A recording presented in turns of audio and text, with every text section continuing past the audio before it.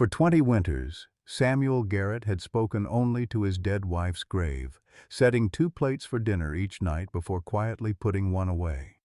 The mountain hermit thought he'd buried his heart along with Sarah, until 10 bleeding women crawled up his ridge in the darkness, clutching secrets that would shatter everything he believed about family, faith, and the meaning of home.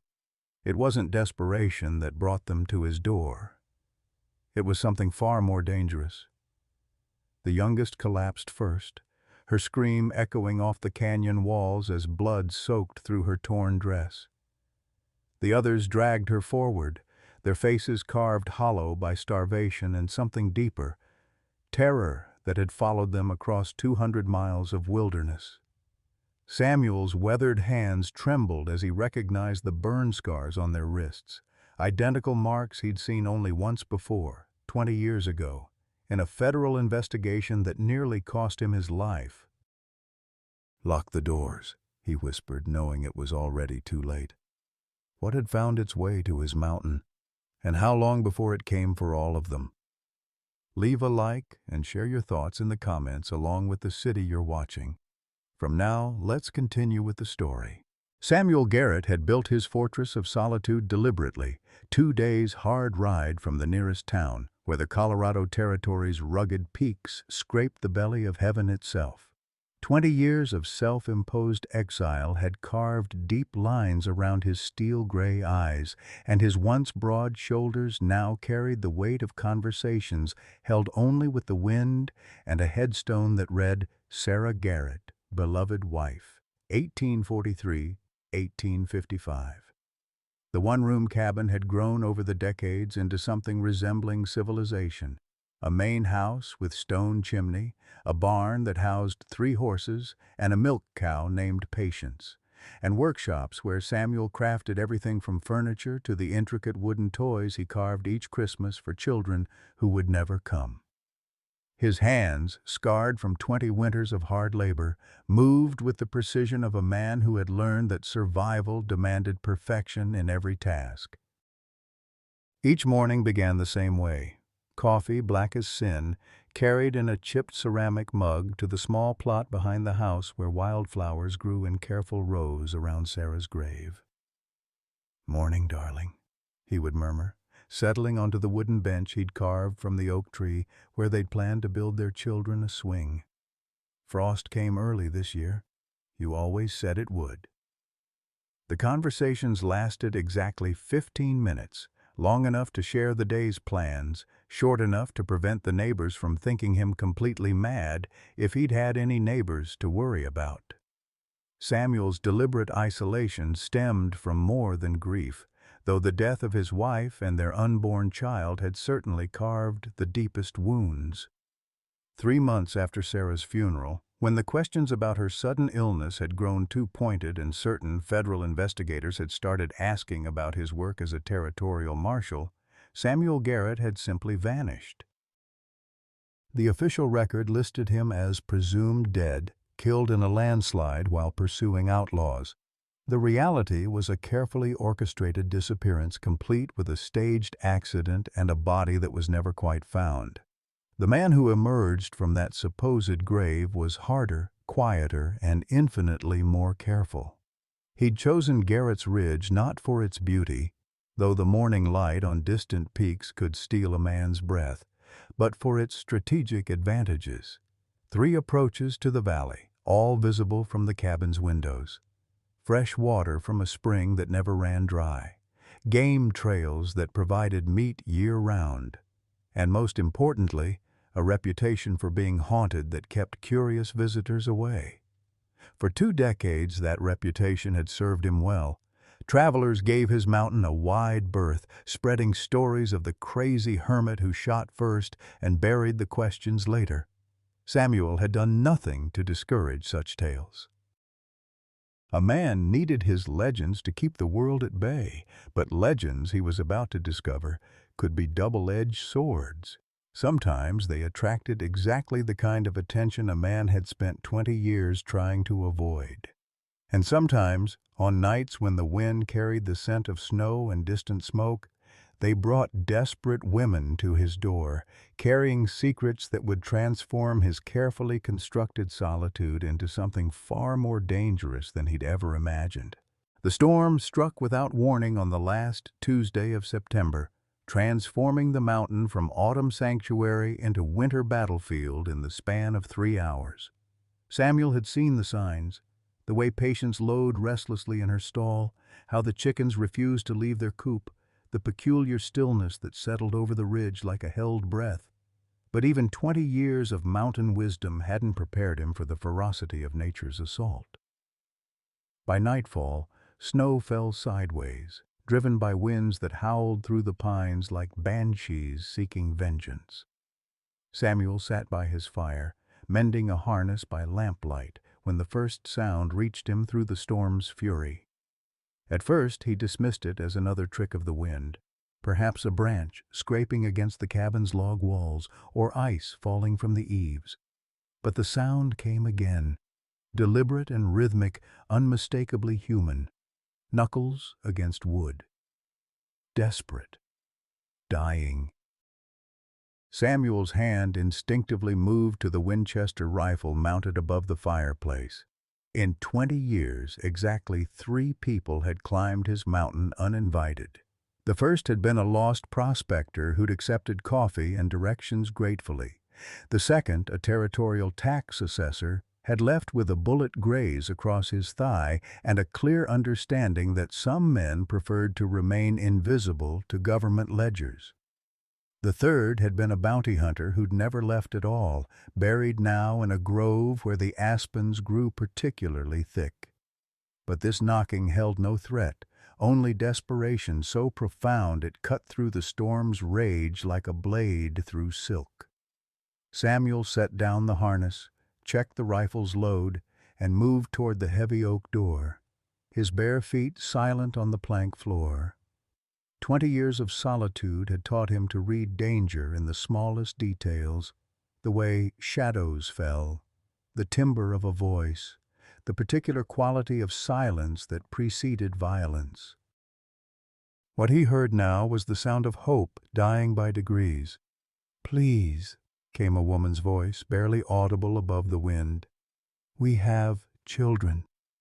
Samuel's hand froze on the door latch. Children. The word hit him like a physical blow, dragging memories from the grave where he'd buried them alongside Sarah.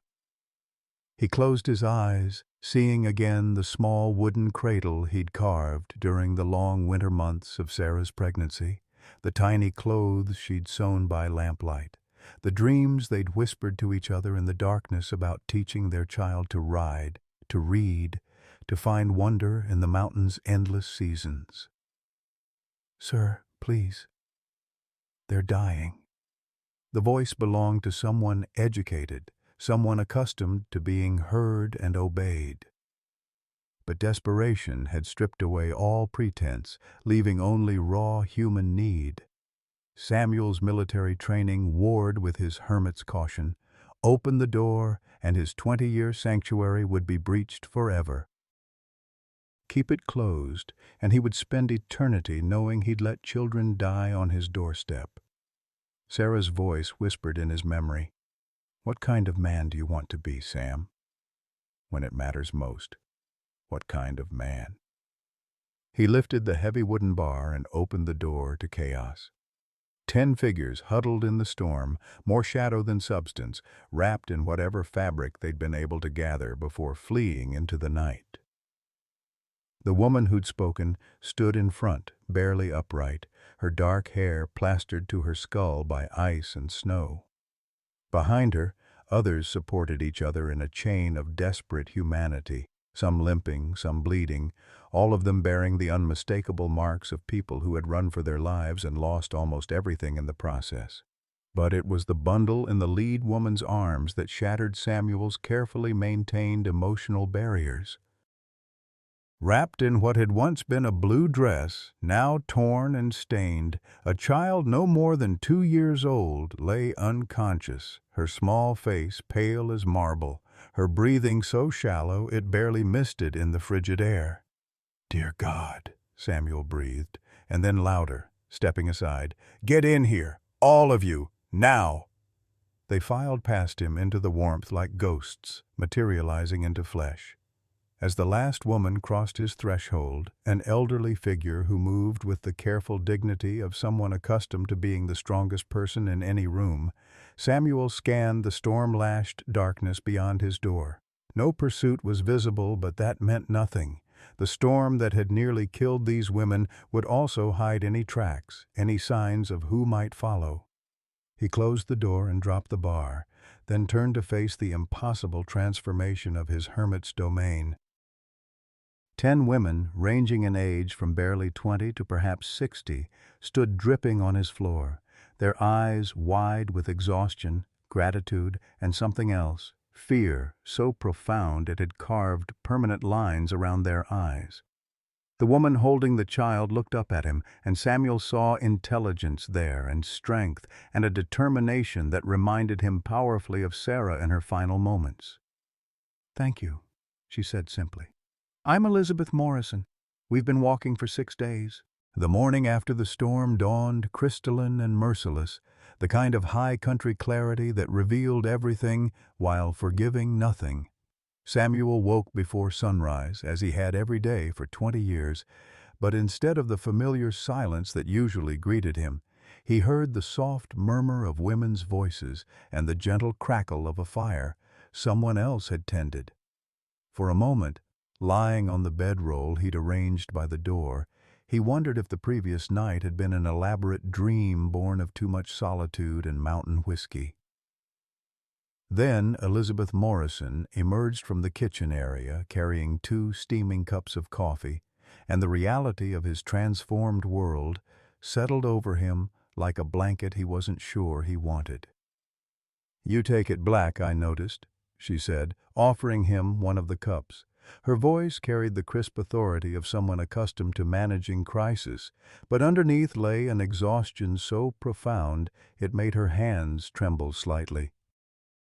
In daylight, Samuel could see she was younger than he'd first thought, perhaps 34, with the kind of intelligence that showed in the way she cataloged every detail of his cabin while pretending to focus on the coffee. "Ma'am?" Samuel nodded, accepting the cup. The coffee was better than his usual brew, somehow both stronger and smoother. "The child?" "Rachel's fever broke an hour ago." "Your medical supplies?" Elizabeth paused, studying his face with the intensity of someone trying to solve a puzzle.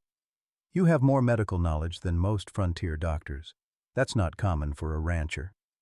Samuel sipped his coffee, buying time.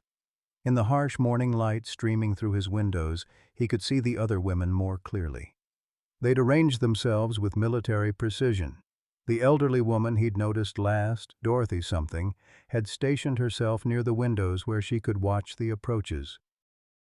2 others, Margaret and Catherine, had positioned themselves to guard the child and a younger woman who was clearly pregnant. The rest had distributed themselves to cover the cabin's blind spots. These weren't refugees stumbling blindly through the wilderness. These were people who understood tactics, surveillance, and the careful choreography of survival. "Where exactly did you come from?" Samuel asked, setting down his cup. "And don't say Creek Valley. There's been no flood damage reported in the territorial papers." Elizabeth's composure cracked for just a moment, revealing something raw and desperate underneath. She glanced toward the other women, some silent communication passing between them, before returning her attention to Samuel. "We escaped," she said finally, "from Prophet Ezekiel's family." The name hit Samuel like a physical blow. His coffee cup slipped from suddenly nerveless fingers, shattering against the floor in a spray of ceramic and dark liquid. 20 years of carefully buried memories erupted to the surface. A federal investigation cut short, threatening letters written in biblical verse, Sarah's sudden illness that had baffled every doctor in the territory. "Sweet Jesus," he whispered, and then louder, his voice carrying the authority of his forgotten badge. "How long has he been operating in Colorado territory?" "You know of him?" Elizabeth leaned forward, hope and suspicion warring in her expression. Most territorial officials pretend the family doesn't exist. Samuel's mind raced through implications and connections, pieces of a puzzle he'd abandoned 20 years ago suddenly clicking into place. Prophet Ezekiel Thornton, real name Ezra Thompson, former Army chaplain discharged for conduct unbecoming. The man had been building his religious empire when Samuel was still wearing a marshal's badge, acquiring land through suspicious means, collecting wives through methods that skirted territorial law, and maintaining his operations through a combination of political corruption and strategic violence. Samuel had been investigating the family when Sarah died, when threats against his wife had escalated from letters to more direct action, when a federal marshal asking too many questions had become inconvenient enough to eliminate. "Ladies," Samuel said slowly, looking around the cabin at faces that were no longer quite so trusting. "I think it's time we all stopped pretending we're something we're not." Dorothy Williams, the elderly woman by the window, laughed, a sound like autumn leaves rustling in wind. "Oh, honey," she said, her voice carrying decades of hard-won wisdom, "we stopped pretending the moment we walked through your door. Question is, are you ready to stop pretending too?" Elizabeth reached into the bundle of possessions they'd salvaged, withdrawing a leather portfolio that had been carefully protected from the storm. She opened it to reveal documents, photographs, and what appeared to be correspondence bearing official seals. "We know who you are, Marshal Garrett," she said quietly, "or who you used to be, just like you're beginning to understand who we really are." Samuel stared at the portfolio, recognizing his own handwriting on several of the documents, reports he'd filed 20 years ago, evidence he'd gathered about the family's operations, witness statements that had disappeared from territorial offices within days of their submission. "Federal agents," he said. It wasn't a question. "Some of us," Elizabeth confirmed. "Others are journalists, territorial prosecutors, women who escaped and came back to help others. We've been building a case against Prophet Ezekiel for 3 years. You were the marshal who got closest to bringing him down before he had my wife killed," Samuel finished, the words tasting like ashes. "Before he made me disappear to save my own life." The silence that followed was broken only by the sound of wind through pine trees and the distant call of a hawk hunting breakfast. Samuel looked around his cabin, at the women who weren't refugees, at the evidence of crimes he'd failed to solve, at the life he'd built from grief and guilty survival. "So," he said finally, his voice carrying a hardness that hadn't been there in 20 years, "what exactly are you proposing we do about it?" The transformation of Samuel's solitary existence into something resembling a covert operation headquarters happened with surprising efficiency. Within 48 hours, his one-room cabin had been reorganized into distinct zones, sleeping quarters in the loft and lean-to additions the women constructed with remarkable skill, a medical station where Margaret O'Brien treated injuries with supplies that seemed far too sophisticated for simple refugees, and a communications center where Elizabeth Morrison spread maps and documents across Samuel's dining table like a general planning a campaign. Because, Samuel realized as he watched them work, that's exactly what she was doing. "The family operates on a strict schedule," Elizabeth explained, pointing to a hand-drawn calendar marked with symbols Samuel was beginning to recognize. Harvest festivals, purification ceremonies, bride selections. "We escaped during the Feast of Abundance when security was focused on the celebrations rather than perimeter watch." Dorothy Williams looked up from where she was teaching the younger women to load Samuel's spare rifles with the practiced efficiency of someone who'd done it many times before. "That gives us maybe 2 weeks before Ezekiel realizes we're not just lost in the wilderness," she said, her grandmother's voice carrying the authority of a military strategist. "He'll send search parties, and when those fail, He'll come himself. Samuel studied the maps Elizabeth had produced, noting details that hadn't been available 20 years ago when he'd tried to investigate the family. Roads, guard positions, supply routes, and most importantly, a detailed layout of the compound itself. Information that could only have been gathered by someone who'd lived inside those walls. "How long were you undercover?" he asked Elizabeth. 14 months, she replied without looking up from the documents. Long enough to document systematic abuse, forced marriages, child brides, financial fraud, and at least 16 suspicious deaths. Her voice remained steady, professional, but Samuel caught the slight tremor in her hands as she sorted through photographs. Long enough to understand that what we're dealing with isn't just a religious cult. It's a criminal organization that uses faith as a weapon. Margaret O'Brien approached the table, wiping her hands on a towel that bore traces of blood from treating the injured women. "Rachel's doing better," she reported, "but Grace is running a fever that's not responding to conventional treatment.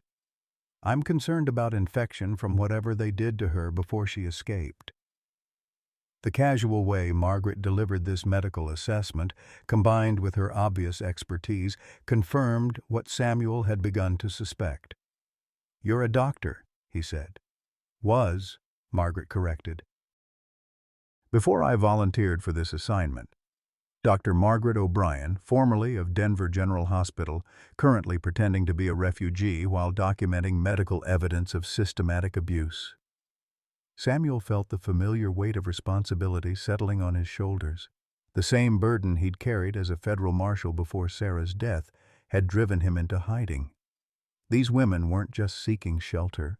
They were asking him to rejoin a fight he'd abandoned 20 years ago, to risk the carefully constructed safety he'd built from grief and guilt. "You want me to help you bring down Prophet Ezekiel," he said.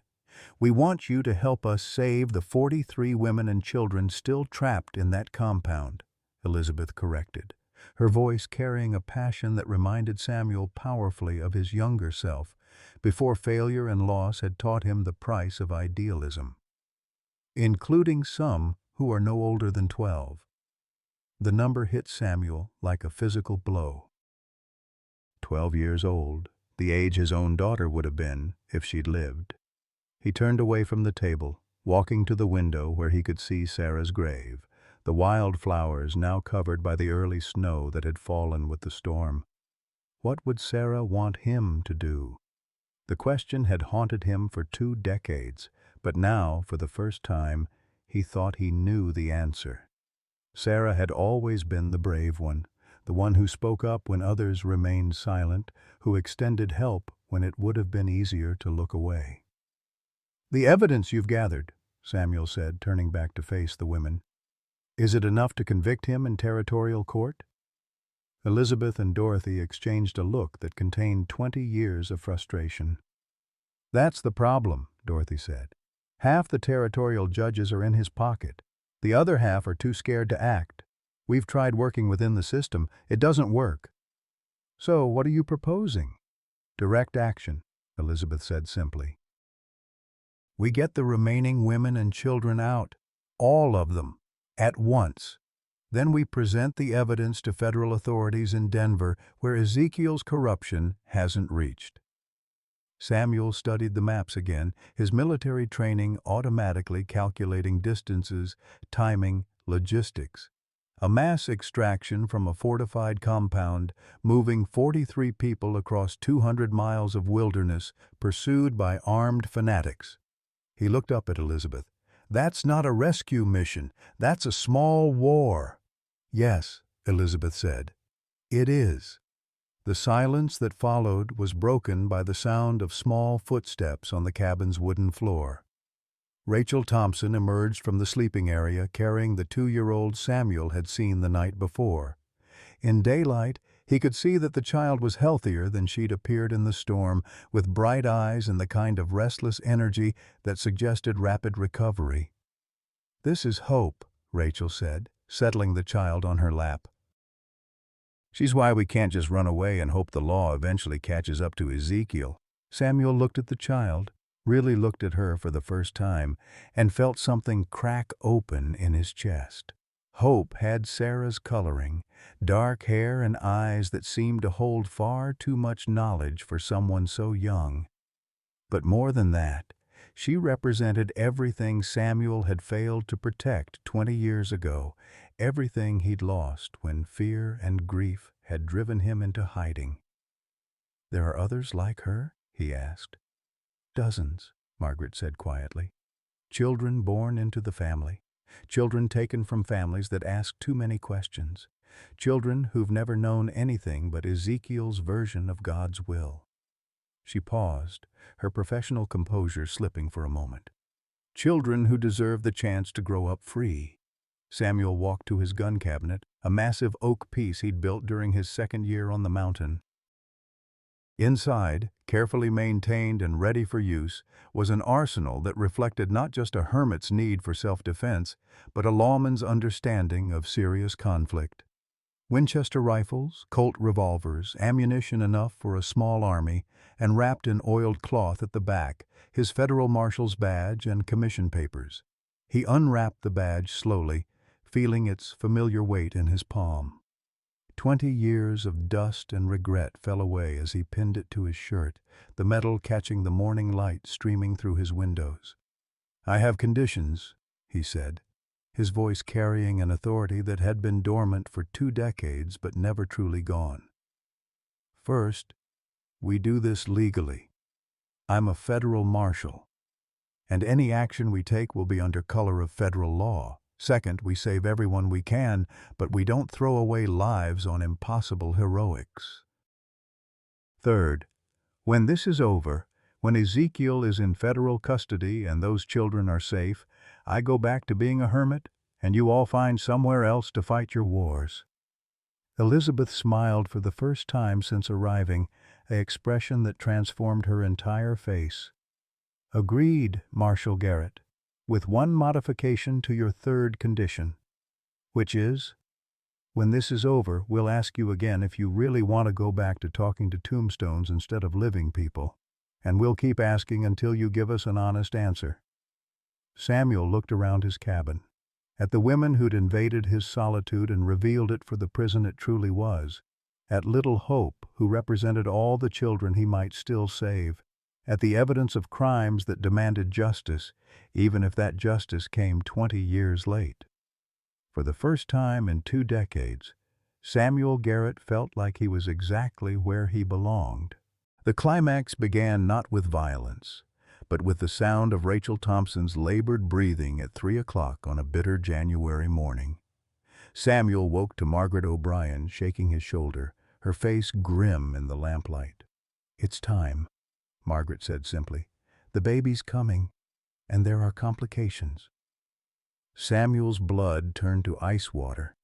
20 years collapsed into a single moment as he was transported back to another winter night, another woman in labor, another crisis that had ended in unspeakable loss. Sarah's face flashed before his eyes, pale, trusting, calling his name as life ebbed away from both her and their unborn child. "No," he whispered, then louder. "No, I can't. Get Elizabeth. Get Dorothy. Anyone but me." Margaret gripped his shoulders with surprising strength. "Samuel, listen to me. I'm a good doctor, but I'm not a miracle worker. Rachel's bleeding internally, the baby's in distress, and you're the only one here with battlefield surgical experience. I need your hands." The cabin had transformed into a makeshift medical facility. Elizabeth had boiled water and torn clean cloth into bandages. Dorothy held Rachel's hand, murmuring reassurances that Samuel recognized from his own grandmother's voice decades ago. Catherine and Helen guarded the doors and windows, rifles ready, because even in this moment of crisis, the threat of Prophet Ezekiel's searchers remained constant. But it was little Hope, sitting quietly in the corner with wide, solemn eyes, who finally broke through Samuel's paralysis. The 2-year-old seemed to understand that something momentous was happening, and her steady gaze held a trust that cut through 20 years of guilt and self-doubt. "What do you need me to do?" Samuel asked, moving to the bedside where Rachel lay, her face contorted with pain but her eyes still fierce with determination. The next 4 hours stretched like an eternity. Margaret's medical expertise combined with Samuel's steady hands and military training to create a partnership forged in desperation and hope. Rachel's labor was complicated by previous injuries, damage that spoke to the systematic abuse she'd endured in the family compound. But she fought with the strength of a woman who had survived hell and refused to surrender on the threshold of freedom. Samuel found himself speaking to Rachel the way he'd spoken to wounded soldiers during the war, his voice calm and authoritative even as his hands shook with the memory of similar hands 20 years ago, hands that had failed to save Sarah and their child. "Stay with us, Rachel," he murmured as Margaret worked to stop internal bleeding. "Your baby needs you to stay with us." At dawn, as the first light touched the mountain peaks, a thin cry pierced the cabin's tense silence. Samuel held his breath, afraid to hope, until Margaret lifted a small, perfect baby boy, and the cry grew stronger, more indignant. "He's beautiful," Margaret announced, tears streaming down her face. "And Rachel's going to be fine." The moment of triumph was shattered by Dorothy's sharp whistle from the window, their agreed signal for approaching danger. Samuel looked out to see a line of riders on the distant ridge, too far to make out details but close enough to count. 15 men, maybe more, moving with the purposeful formation of a military patrol. "They found us," Elizabeth said, her voice calm despite the gravity of their situation. "Ezekiel's search party."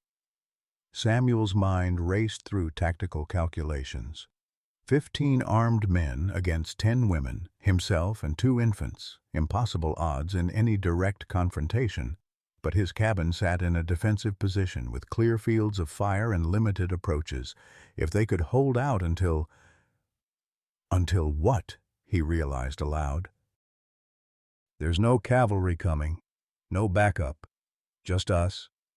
Elizabeth moved to the gun cabinet, checking her rifle with the practiced efficiency of someone who'd done this before. "Then we make our stand here. 43 people are still trapped in that compound, Samuel. If we fall, no one's coming to save them." The next hour passed in grim preparation. Samuel distributed weapons and ammunition, assigned fields of fire, and established fallback positions within the cabin. Margaret fashioned a protected area for Rachel and the newborn baby, using furniture and mattresses to create a makeshift bunker. Little Hope was placed in the safest corner, her solemn eyes watching the adults prepare for battle with an understanding that no child should possess. But it was Dorothy Williams who provided the moment of clarity that changed everything. As Samuel checked his rifle for the 10th time, the elderly woman placed a weathered hand on his arm. "You know, son," she said quietly, "sometimes the hardest fight isn't the one you can see coming. Sometimes it's the one inside your own heart." Samuel looked at her, recognizing something familiar in her eyes, something that reminded him of Sarah's unwavering faith in human goodness. "What are you saying, Dorothy?" "I'm saying maybe there's another way. Maybe instead of waiting for them to come to us, we go to them." The idea was insane, suicidal, and yet it carried a logic that Samuel's military training recognized. Instead of being besieged, become the aggressor. Instead of waiting for the enemy to choose the time and place of battle, seize the initiative. "A diplomatic approach," Elizabeth said, understanding immediately, "under federal authority." Samuel nodded slowly. "I go out there alone, show them my badge, and arrest Prophet Ezekiel under federal warrant for kidnapping, fraud, and murder." "That's suicide," Margaret protested. "They'll kill you before you get within 50 yards. "Maybe," Samuel agreed. "But it's also the only way to protect what matters most." He looked around the cabin, at Rachel nursing her newborn son, at little Hope, who represented every child they were fighting to save, at the women who'd risked everything to gather evidence against a monster. Besides, he added, checking his Colt revolver one final time, I've been dead for 20 years. Maybe it's time to find out if there's still enough of Samuel Garrett left to finish what he started. The morning air was sharp as a blade when Samuel stepped onto his porch, federal badge gleaming on his chest, hands visible and empty. The riders had moved closer, close enough now to see their faces, close enough to recognize the man leading them. Prophet Ezekiel Thornton looked exactly as Samuel remembered, tall, imposing, with the kind of charismatic presence that could convince desperate people to follow him anywhere. But 20 years had added lines around his eyes, a hardness to his mouth that spoke of unchecked power and the corruption it inevitably brought.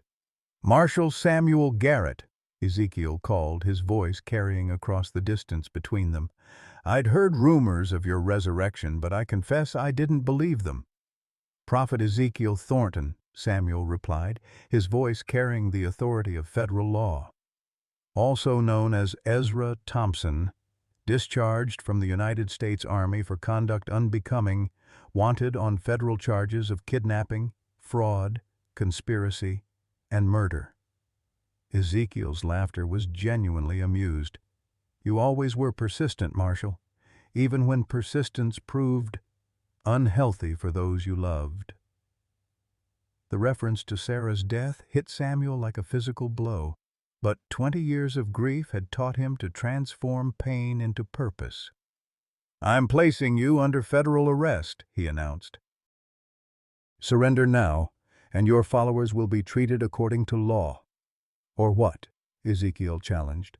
"You'll fight 15 armed men with your handful of stolen wives?" "I don't think so, Marshal. I think you're going to return my property, and then you're going to disappear again, permanently this time." Samuel's hand moved slowly toward his gun. Around him he could feel the weight of watching eyes, the women in his cabin, prepared to fight for their freedom, and the men surrounding him, prepared to die for their prophet's twisted vision.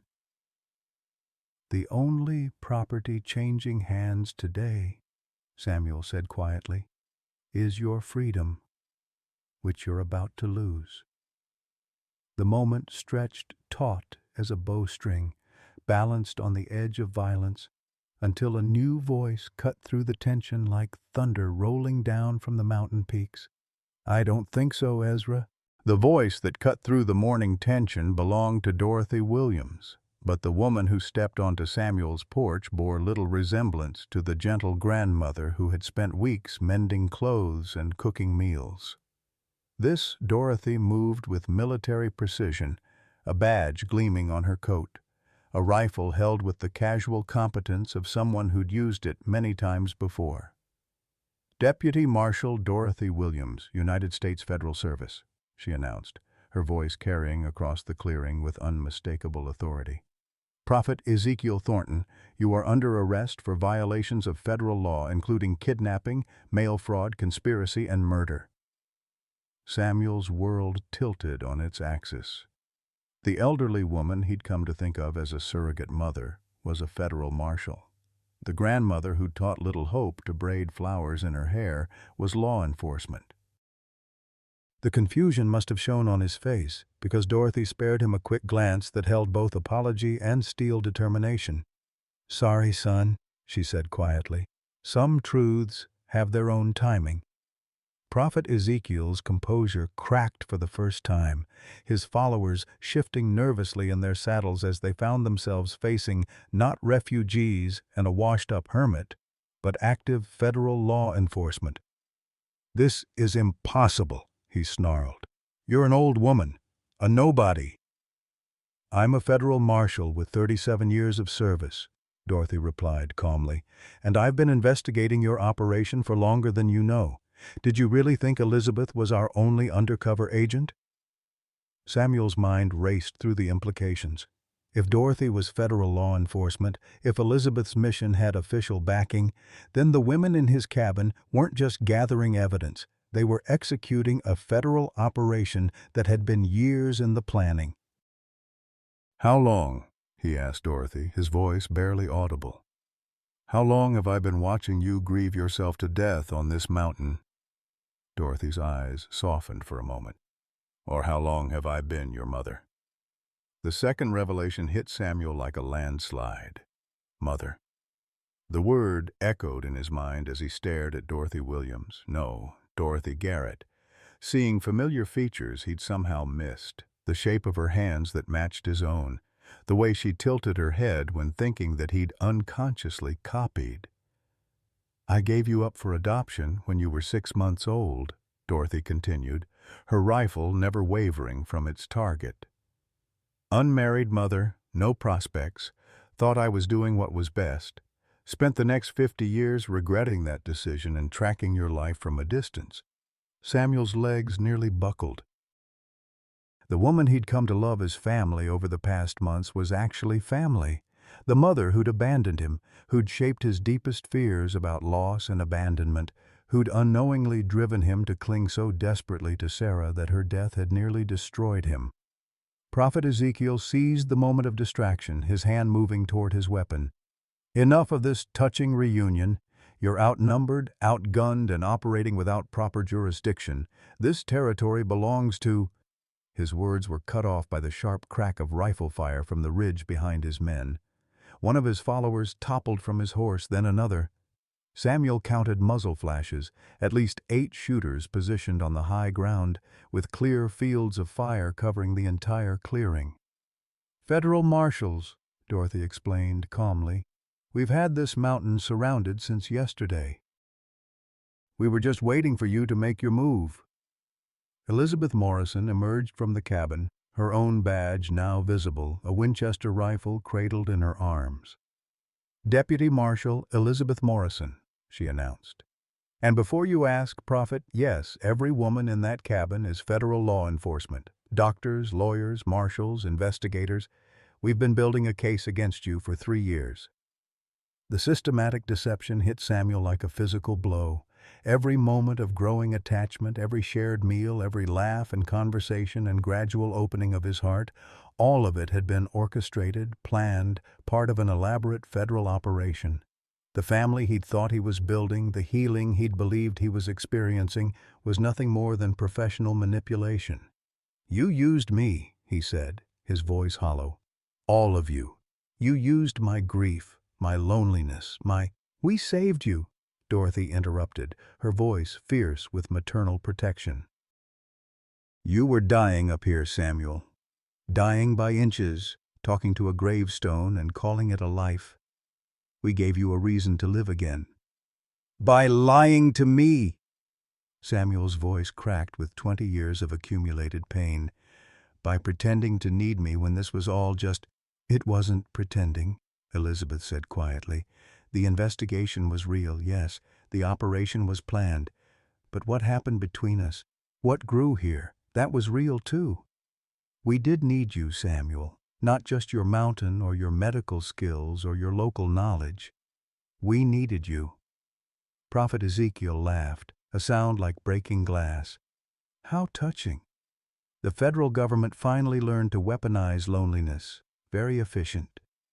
Samuel's hand moved to his gun, not to arrest the prophet, but because he needed something solid to anchor him in a world that had suddenly become incomprehensible.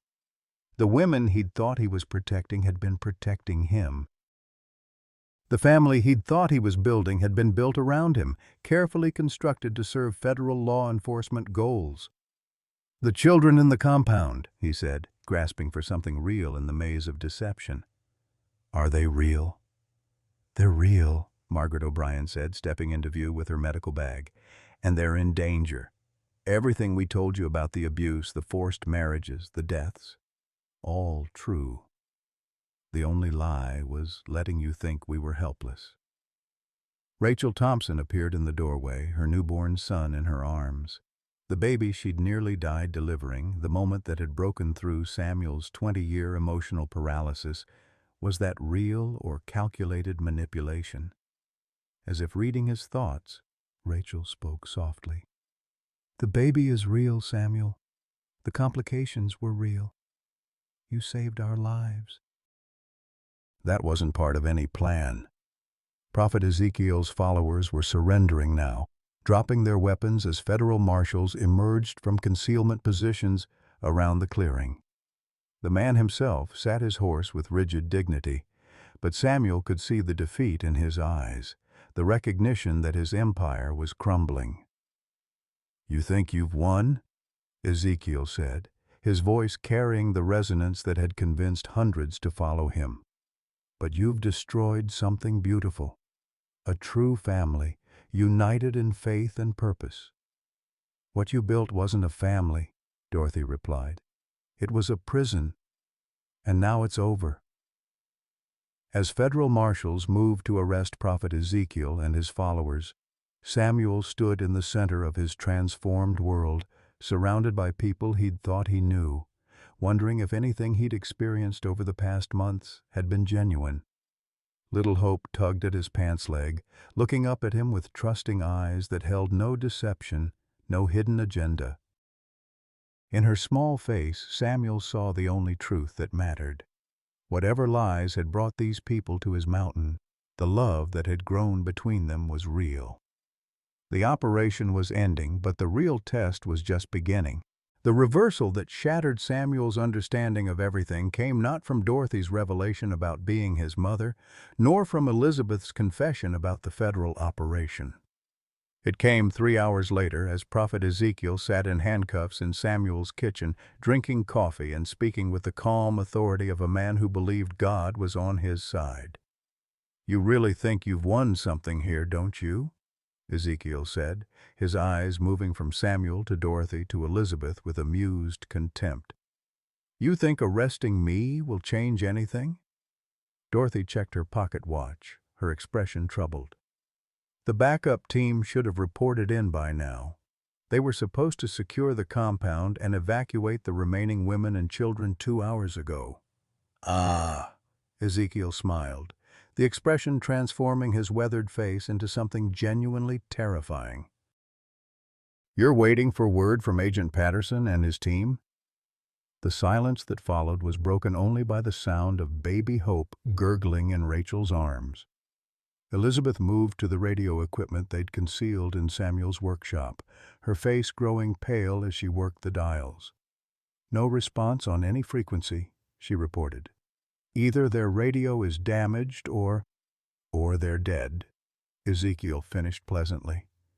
"Did you really think I'd leave my home undefended while chasing shadows on a mountain?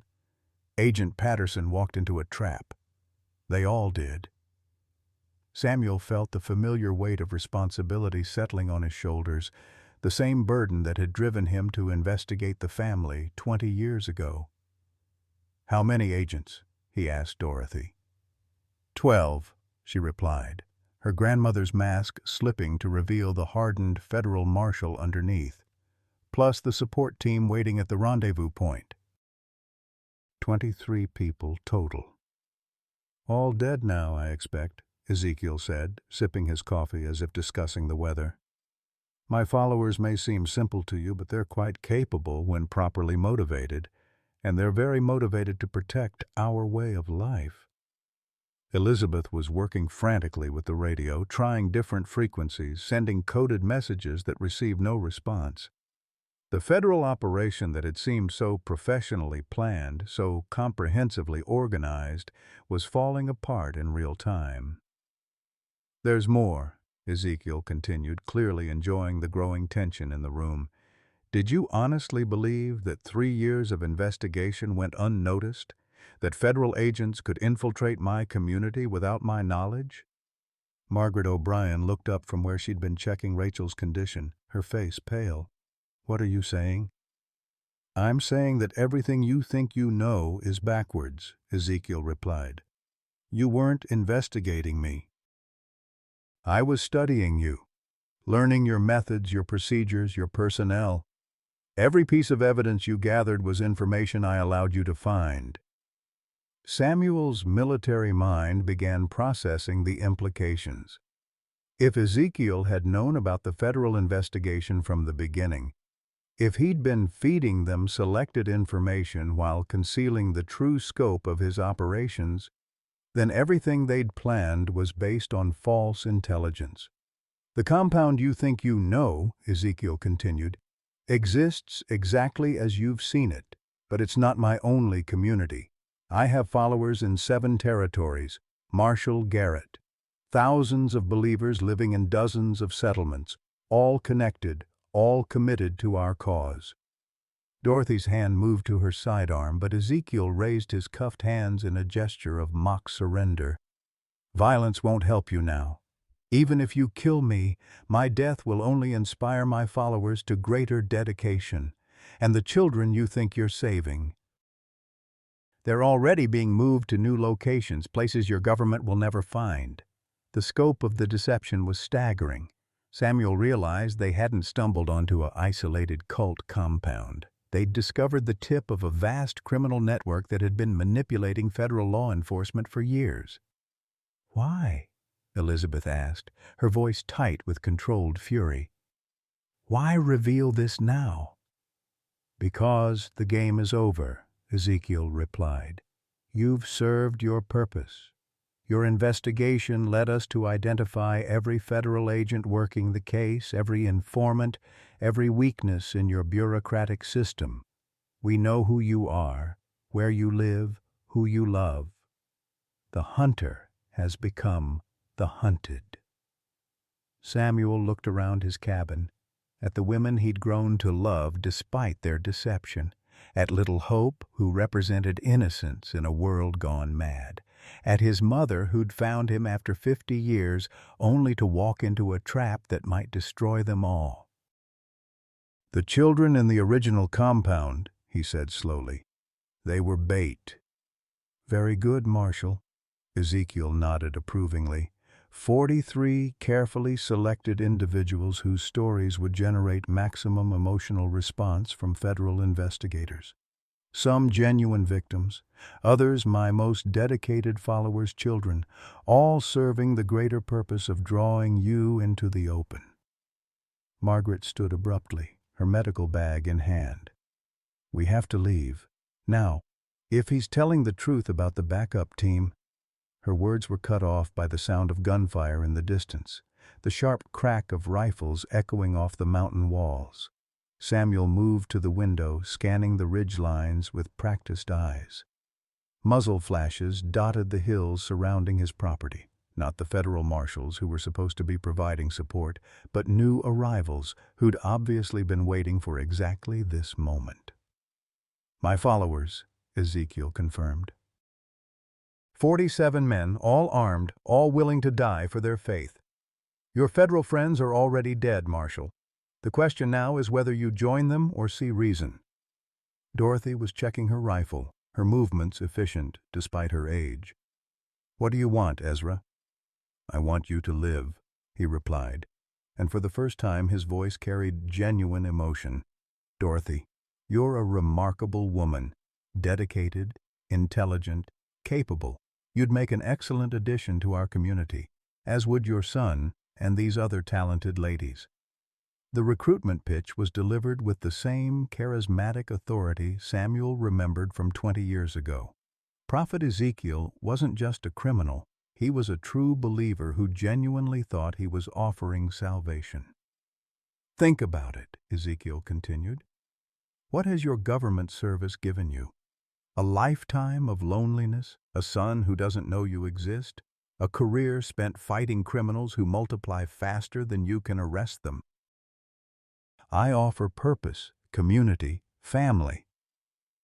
Samuel found himself listening despite everything, recognizing the seductive power of Ezekiel's vision.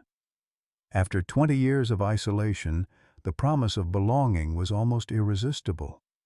"The children," Elizabeth said, "the ones being abused, forced into marriage, are learning to be productive members of society," Ezekiel interrupted, "away from the corruption of your modern world, guided by strong moral principles, protected by people who genuinely care about their spiritual development.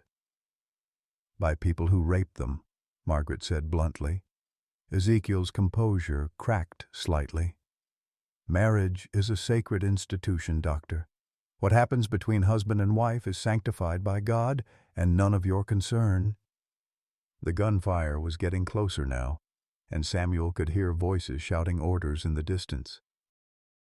His cabin was surrounded, his federal backup was apparently dead, and the man responsible for Sarah's death 20 years ago was sitting in his kitchen offering him salvation. But it was little hope who provided the moment of clarity Samuel needed. The 2-year-old had been watching the adults with solemn eyes, absorbing tension she couldn't understand.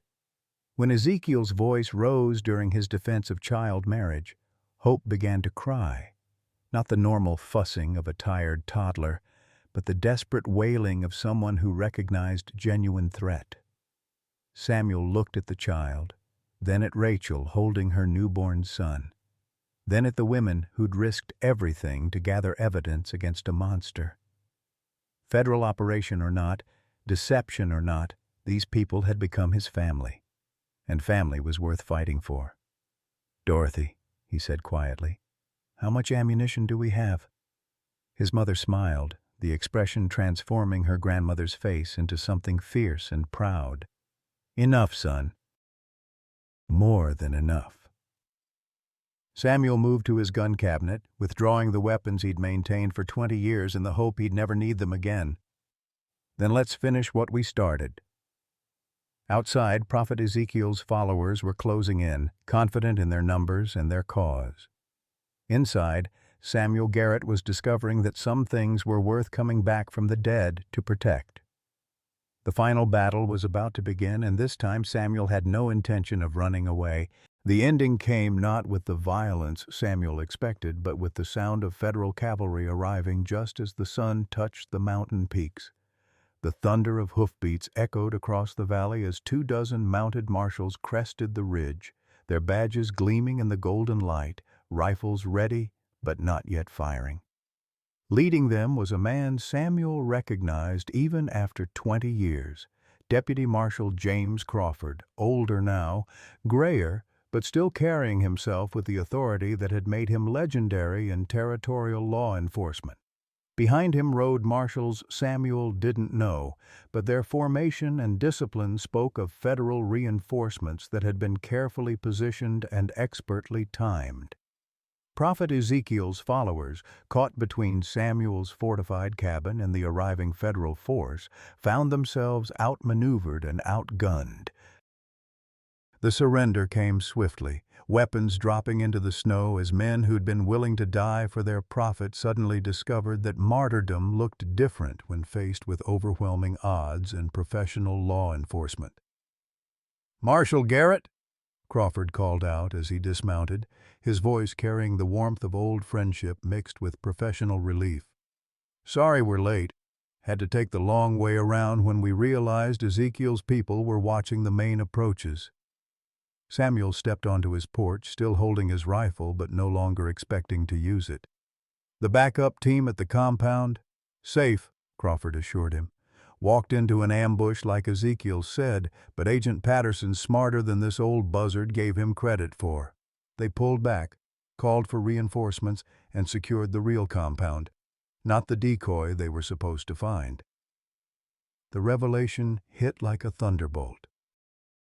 Samuel looked at Ezekiel, who was no longer smiling, his confident demeanor cracking as he realized his careful deceptions had been penetrated. "We've known about your network for 6 months," Crawford continued, addressing the prophet directly. "Dorothy's investigation was just the final piece we needed to map your entire operation.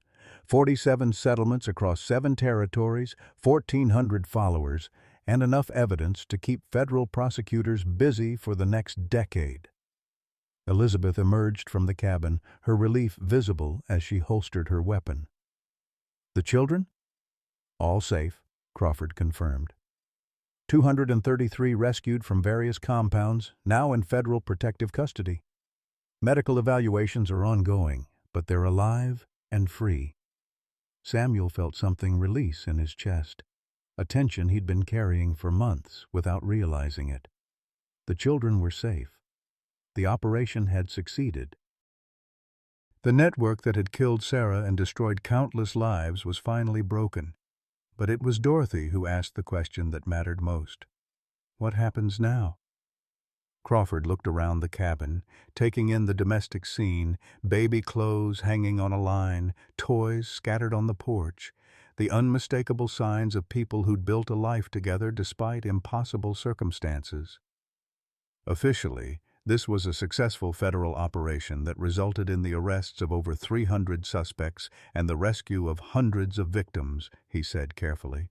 The agents involved will receive commendations and new assignments as appropriate. Samuel understood the subtext. The official story would protect the federal agents, but it would also end the unusual family that had formed on his mountain. Elizabeth would return to her prosecutor's office in Denver. Margaret would resume her medical practice. Dorothy would accept another assignment, disappearing back into the shadowy world of federal law enforcement. "And unofficially?" Samuel asked. Crawford smiled, the expression softening his weathered features. "Unofficially, Marshal Garrett. I'm told you died 20 years ago. Hard for a dead man to file reports or testify in court proceedings. Seems to me you might want to stay dead a while longer." The offer hung in the mountain air like morning mist. Samuel could resume his hermit existence, return to the solitude he'd maintained for 2 decades, go back to talking to Sarah's grave and pretending that isolation was the same as peace. He looked at the women who'd invaded his life and transformed it beyond recognition. Elizabeth, whose intelligence and determination reminded him daily that the world contained wonders worth protecting. Margaret, whose medical skills had saved Rachel and her baby, proving that healing was possible even after devastating loss. Dorothy, his mother, who'd spent 50 years trying to find her way back to the son she'd given up, and Rachel holding her newborn son, representing hope and new beginnings and the possibility that love could triumph over the darkest circumstances. "I have a better idea," Samuel said slowly. "What if Samuel Garrett stays dead? But this mountain becomes something else. A place where federal agents can recover between assignments, where rescued children can heal before being placed in new homes, where people who've lost everything can remember what family feels like." Elizabeth caught on immediately, her prosecutor's mind already working through the legal implications. A federal safe house with permanent civilian staff, completely off the books, funded through discretionary accounts. "Supervised by a dead marshal who doesn't officially exist," Dorothy added, her grandmother's smile returning as she understood what her son was proposing. Crawford nodded approvingly. "I can make that work. Federal government's always needing quiet places for sensitive operations, and if some of those operations happen to involve teaching children to read or helping traumatized women remember how to trust, well, that's just good operational security." Prophet Ezekiel, still cuffed and surrounded by federal marshals, made one last attempt to assert his twisted authority. "You think you can replace God's family with your government bureaucracy? These people need structure, guidance, purpose. They need love," Rachel interrupted, her voice carrying the authority of someone who'd survived his version of God's family and chosen something better. "They need safety. They need the chance to decide for themselves what kind of life they want to live." Samuel looked at little Hope, who was reaching her small hands toward the federal marshal's horses with the fearless curiosity of a child who'd never learned to be afraid of strangers. In her trusting eyes, he saw the future he wanted to help build, not the isolated fortress he'd constructed from grief, but a real home where damaged people could heal and broken families could be rebuilt. "There's one more thing," he said, turning to Crawford. "I want to marry Elizabeth, legally, with my real name on the certificate." Elizabeth's surprise was genuine, her cheeks flushing with emotion as she realized he was proposing not just marriage but a complete abandonment of the safe isolation he'd maintained for 20 years. "Samuel Garrett," she said, her voice trembling with laughter and tears, "are you asking me to marry a dead man?" "I'm asking you to help me come back to life," he replied. The wedding took place 6 weeks later on the first warm day of spring, with Dorothy performing the ceremony in her capacity as a duly appointed federal official. Rachel's son served as the youngest witness, sleeping peacefully in his mother's arms as Samuel and Elizabeth exchanged vows beside Sarah's grave, honoring the past while embracing the future. The mountain that had sheltered Samuel's grief for 20 years became a sanctuary for others seeking healing. And the man who had spent 2 decades talking to tombstones discovered that the best conversations happened around dinner tables filled with the voices of family, chosen, found, and loved without reservation. Home, Samuel realized as he watched his wife teach rescued children to read by lamplight, wasn't where you came from. It was where somebody fought for you to stay. After 20 years of speaking only to his wife's grave, Samuel Garrett thought his heart had died with Sarah. But when 10 desperate women sought shelter on his mountain, they didn't just save their own lives, they saved his soul. This story reminds us that family isn't always who raised you. Sometimes it's who refuses to give up on you when the world has forgotten your name. Samuel's transformation from bitter hermit to beloved patriarch proves that it's never too late for second chances, that love multiplies when shared, and that the best conversations happen around dinner tables filled with chosen family. His journey from isolation to belonging speaks to every person who's ever felt invisible, every parent who wonders if they mattered, every grandparent seeking purpose in their golden years. Just as Samuel discovered that his greatest ministry wasn't mourning the past, but nurturing the future, we too can find meaning in opening our hearts to unexpected blessings. The children who called him Grandpa Sam never knew he'd once been the loneliest man in Colorado. They only knew he was home. Share your thoughts. When have you discovered that family extends beyond blood? What unexpected relationships have brought the most joy to your later years? Tell us your story in the comments below.